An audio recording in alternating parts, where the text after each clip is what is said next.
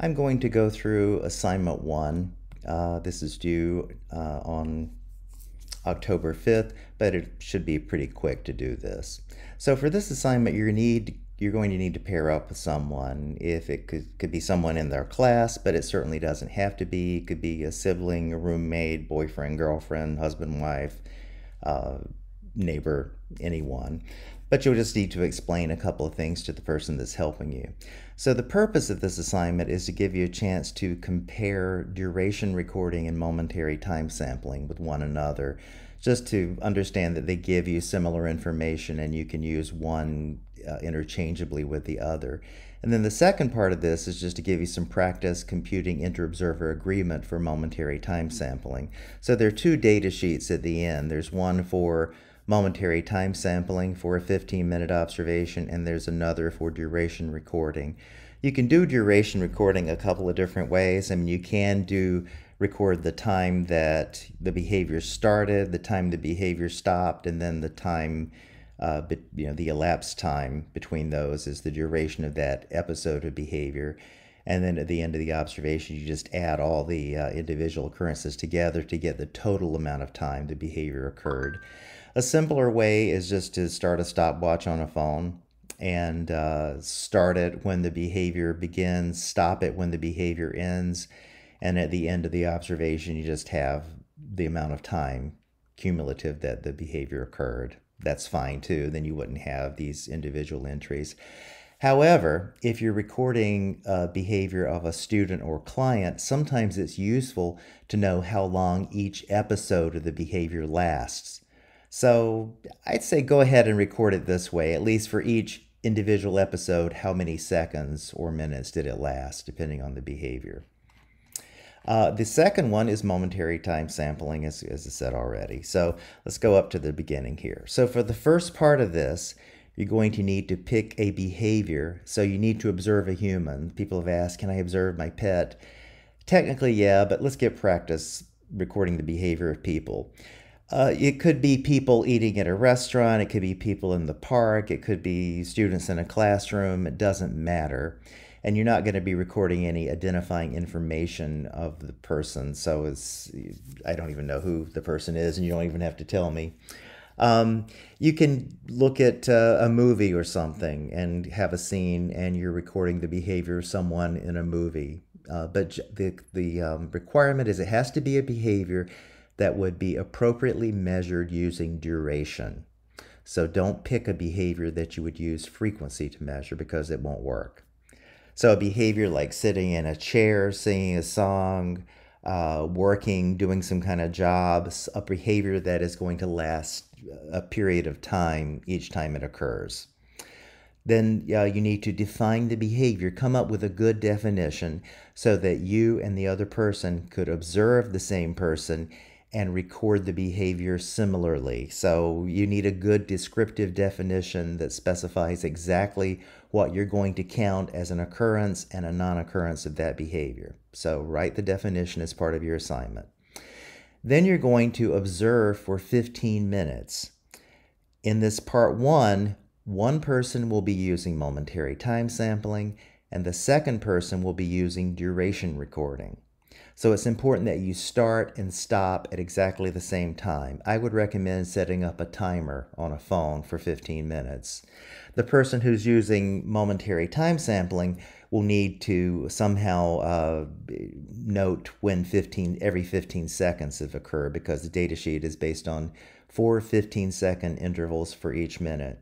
So you can just set up a stopwatch, and then every 15 seconds that go by, look up and then record what's happening at that instance in time. That's fine. Or if you have an app like Gym Boss or something else that'll just make a sound every 15 seconds, that's easier, and I would recommend doing that if you can. But just using a stopwatch and looking up every 15 seconds is fine. Remember, for momentary time sampling to work, you only record what happens at that instant the interval ends. You don't record anything that happens before or after that instant every 15 seconds. You don't have to use 15 seconds. You could use another interval, but for this purpose, we're using 15 seconds. The duration person is just recording the amount of time the behavior occurs per each episode. and then adding those together at the end. So at the end of a 15-minute observation, you should have two recordings. One is momentary time sampling, and one is duration. For momentary time sampling, you're going to need to total the percentage of intervals that the behavior occurred in.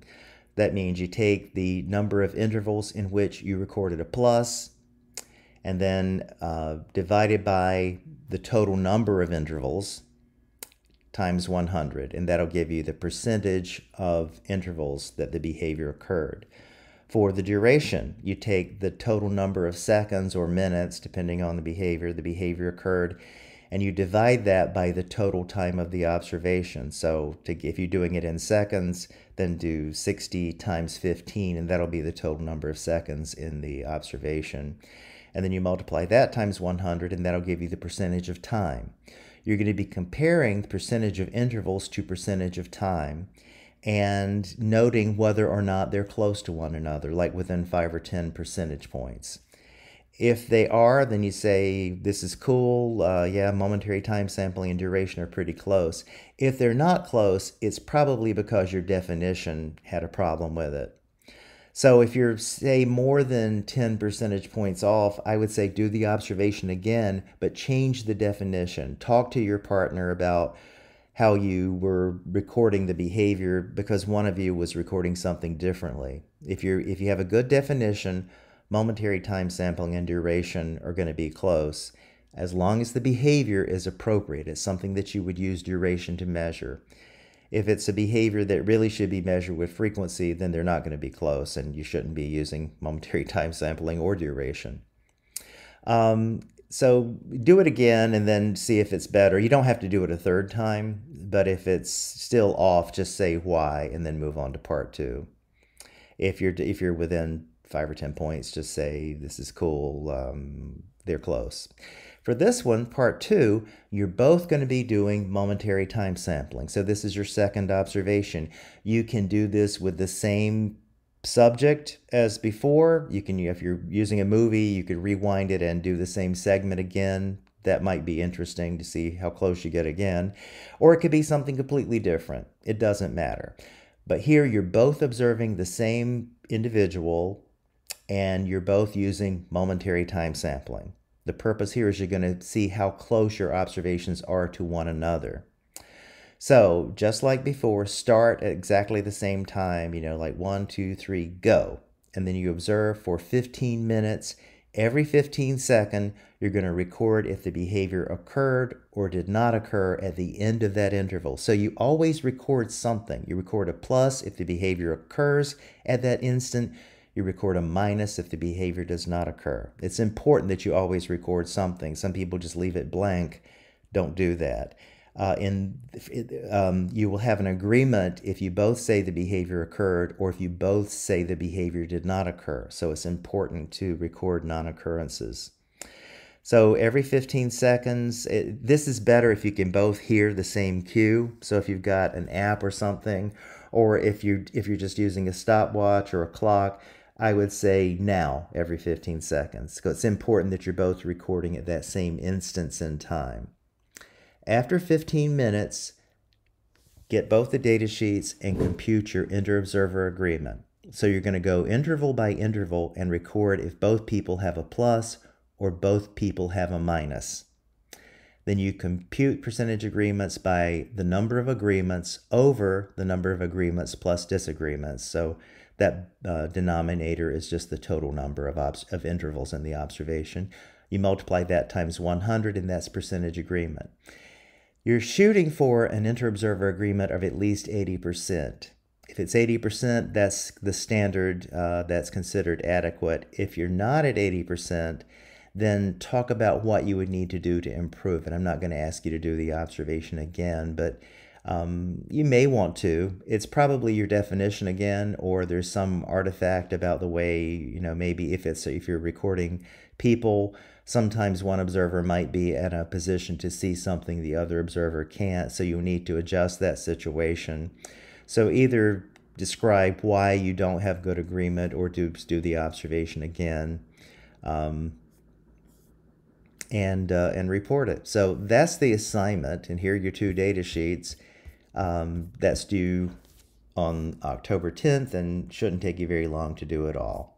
If you have any questions, just send me an email. Thanks.